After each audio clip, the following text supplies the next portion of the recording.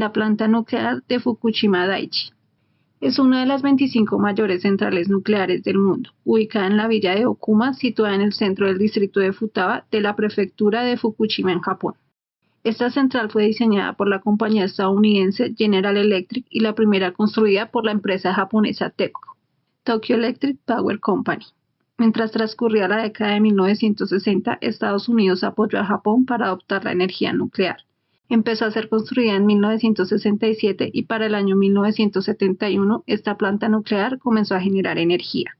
Fue creada con un conjunto de 6 reactores, en un anclaje a suelo firme excavando 25 metros por debajo del nivel del piso, lo que proveería estabilidad para los edificios de los reactores, pero se pasó por alto un importante detalle.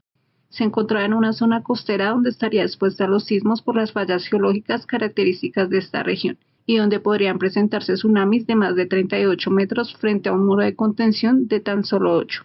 Varios de los sistemas esenciales de la planta se encontraban en lugares con riesgos de inundaciones, como los generadores diésel de emergencia que estaban en los sótanos. Hace un poco más de una década, el 11 de marzo de 2011, se originó un terremoto de una magnitud de 9 grados en la costa noreste de Japón, el más fuerte en la historia de este país y que provocó un tsunami que golpeó las costas japonesas con olas de entre 3 y 10 metros. Ese día los reactores 1, 2 y 3 de la planta estaban operando con normalidad y los 3 restantes estaban parados por una inspección periódica, mantenimiento y recarga de combustible.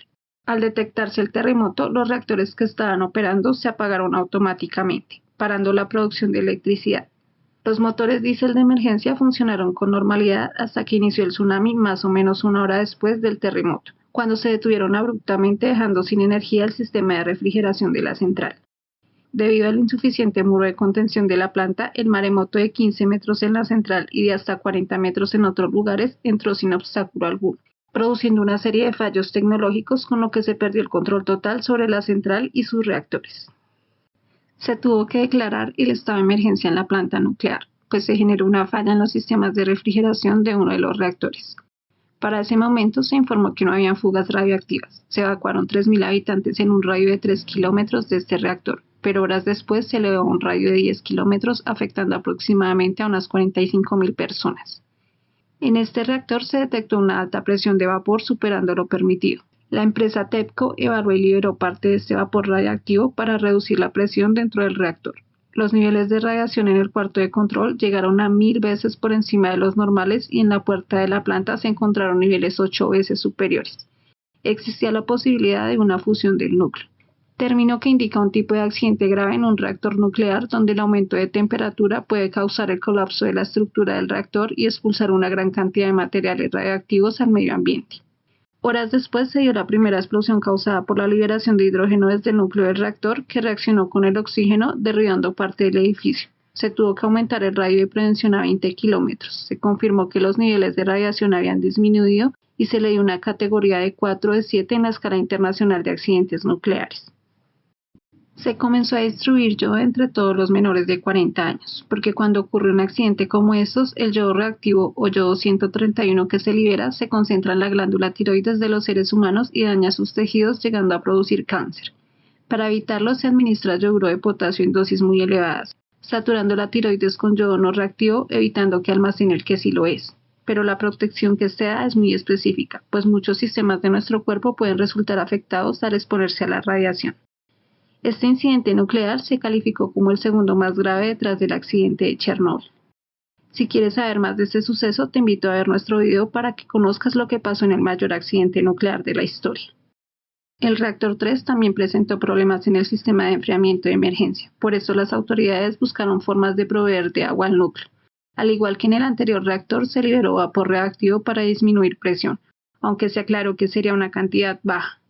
3 días después, el 14 de marzo, se presentó una segunda explosión por la acumulación de hidrógeno en el reactor 3. Las autoridades aseguraron que este no se dañó, pero se hubieron informes de 3 operadores heridos y 7 desaparecidos. El 15 de marzo ocurrió la tercera explosión. Esta vez fue en el reactor 4. Se informó que los niveles de radiación excedían el límite legal. Se tuvo que iniciar la evacuación de los trabajadores de la planta. Se decía que el nivel de radiación llegaba a los 8.217 microsieverts, siendo el sievert la unidad de equivalencia de dosis de radiación ionizante midiendo el efecto sobre la salud del cuerpo humano. Los 1000 microsieverts es a lo que una persona puede estar expuesta durante un año.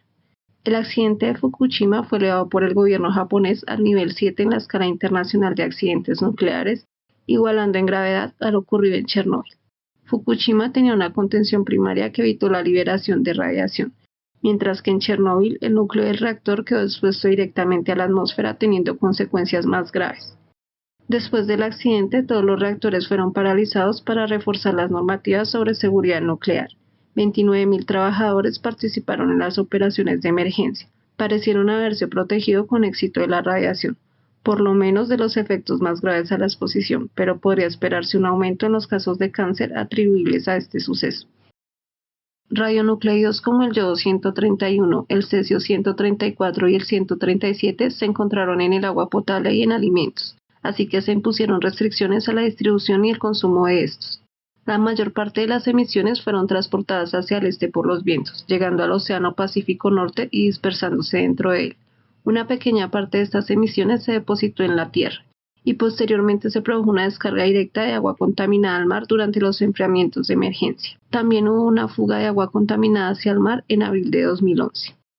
Se utilizaron más de 1 millón de toneladas de agua para enfriar los reactores derretidos. Esta agua contaminada luego se almacenó en tanques gigantes, pero durante años se discutió qué hacer con esta agua.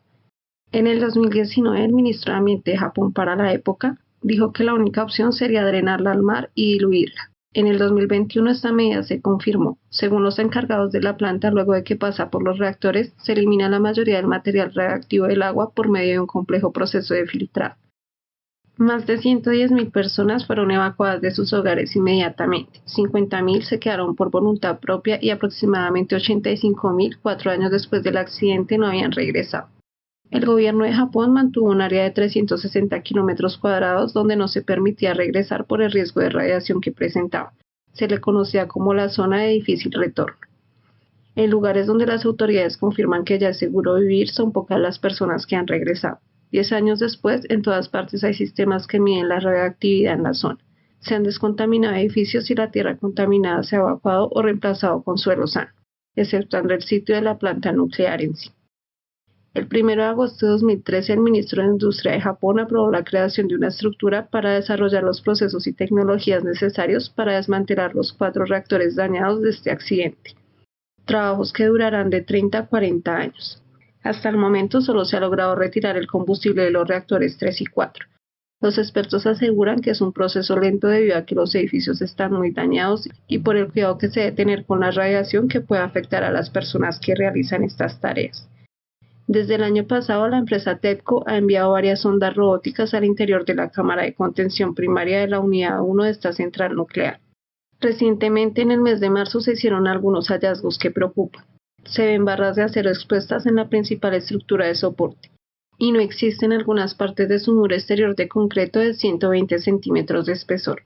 Esto genera la inquietud de su resistencia si se presentan otros terremotos.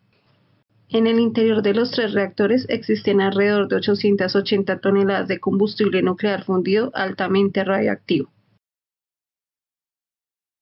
Y si te gustó, te invito a que nos sigas en nuestras redes sociales.